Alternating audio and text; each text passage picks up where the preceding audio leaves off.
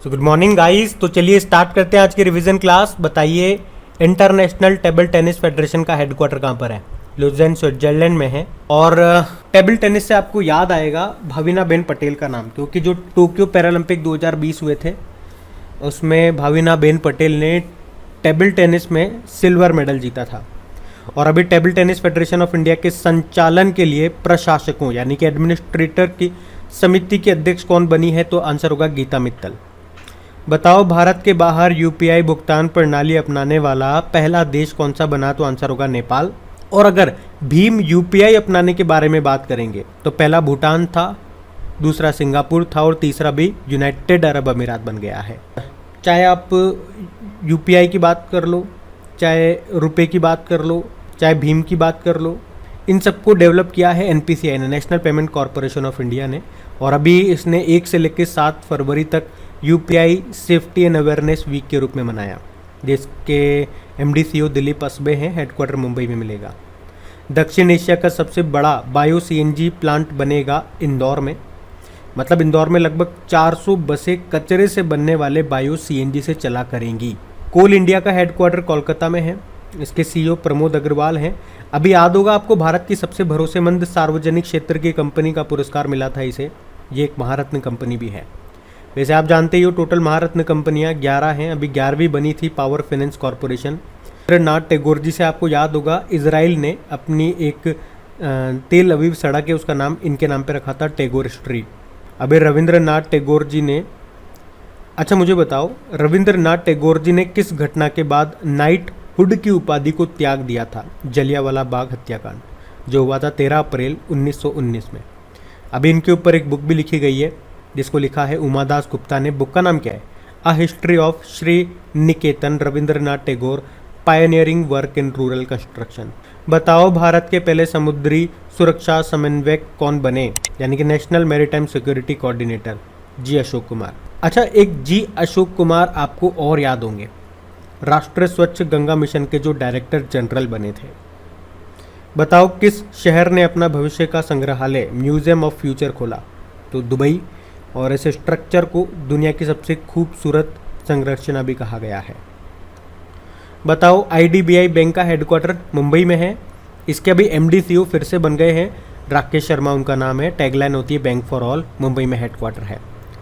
अच्छा बताइए राष्ट्रीय सुरक्षा सलाहकार नेशनल सिक्योरिटी एडवाइजर कौन है? अजीत डोवाल है। और अभी उप राष्ट्रीय सुरक्षा सलाहकार डेप्यूटी नेशनल सिक्योरिटी एडवाइजर कौन बने? विक्रम मिश्री। मुख्य आर्थिक सलाहकार आप जानते ही हो वी अनंत नागेश्वरन है। और मुख्य वैज्ञानिक सलाहकार विजय राघवन है। भारत के पहले नेशनल मैरीटाइम सिक्योरिटी कोऑर्डिनेटर यानी कि राष्ट्रीय समुद्री सुरक्षा समन्वयक कौन बने? तो जी अशोक कुमार। और ये प्रश्न तो अपन ने ऊपर भी पढ़ लिया ना, 6 नंबर का प्रश्न देखो, ये वही है ना, रिपीट हो गया प्रश्न। अच्छा बताइए राष्ट्रीय अंगदान दिवस नेशनल ऑर्गन डोनेशन डे ये कब मनाया गया? 27 नवंबर को। और ऑर्गन डोनेशन के मामले में टॉप स्टेट रहा था तमिलनाडु। बताइए वर्ल्ड एड्स डे कब मनाया जाता है? तो आंसर होगा 1 दिसंबर को। और इसकी थीम क्या थी? End inequalities end AIDS end pandemics, यानी कि असमानताओं को खत्म करें, एड्स खत्म करो और महामारी खत्म करो। और 1 दिसंबर को ही बीएसएफ बॉर्डर सिक्योरिटी फोर्स ने अपना 57वां स्थापना दिवस भी मनाया। 2021 की बात कर रहे हैं। बताओ विश्व कंप्यूटर साक्षरता दिवस, ये वर्ल्ड कंप्यूटर लिटरेसी डे होता है 2 दिसंबर को। और 2 दिसंबर को अंतर्राष्ट्रीय दास प्रथा उन्मूलन दिवस international day for the abolition of slavery के रूप में भी मनाया जाता है। वैसे वर्ल्ड कंप्यूटर लिटरेसी डे की थीम क्या थी? Literacy for human centred recovery narrowing the digital divide. अच्छा वैसे भारत में सुपर कंप्यूटर का जनक किसे कहा जाता है? विजय भटकर को। भारत का पहला सुपर कंप्यूटर परम 8000 है।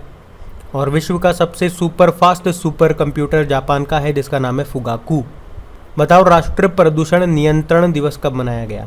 2 दिसंबर को। और ये 2 दिसंबर को ही क्यों मनाते हैं आपको बताए? 2 और 3 दिसंबर की रात को 1984 की ये बात है, भोपाल गैस ट्रेजेडी हुई थी। और उसमें से भी 2 प्रश्न बन जाएंगे। कौन सी गैस लीक हुई थी? Methyl isocyanate. और उस कंपनी का नाम? तो यूनियन कार्बाइड कंपनी। याद रखना ये। बाकी विश्व विकलांग दिवस ये 3 दिसंबर को होता है। थीम है विकलांग व्यक्तियों का नेतृत्व और भागीदारी। Leadership and participation of persons with disability. और बताओ भारतीय नौसेना दिवस कब होता है? 4 दिसंबर को। इसकी थीम है स्वर्णिम विजय वर्ष। और वैसे नौसेना प्रमुख हमारे कौन है? Naval chief are Hari Kumar हैं। और एयर चीफ मार्शल तो अभी नए बन गए हैं, कौन? मनोज पांडे।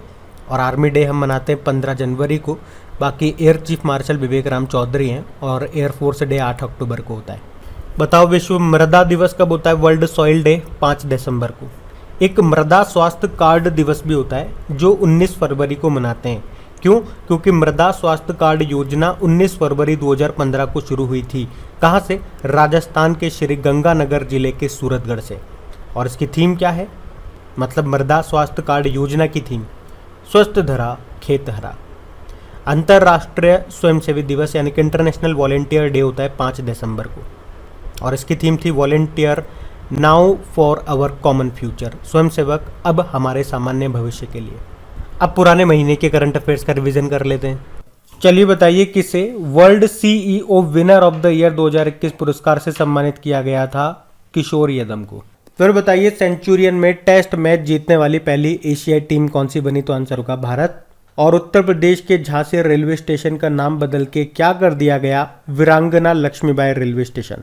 अब बताओ ई रूपी को लागू करने के लिए एनपीसीआई और एसबीआई ने किसके साथ समझौता किया? कर्नाटक सरकार। एनपीसीआई ने कि national payment corporation of India. किस बैंक ने ग्रीन फिक्स्ड डिपॉजिट योजना को शुरू किया? इंडसइंड बैंक। और इसके एमडी सीईओ सुमंत कथपालिया हैं। और इसका टैगलाइन होता है we feel you make richer. Tamil Nadu cricket संघ के अध्यक्ष पद से इस्तीफा दे दिया किसने? रूपा गुरुनाथ ने।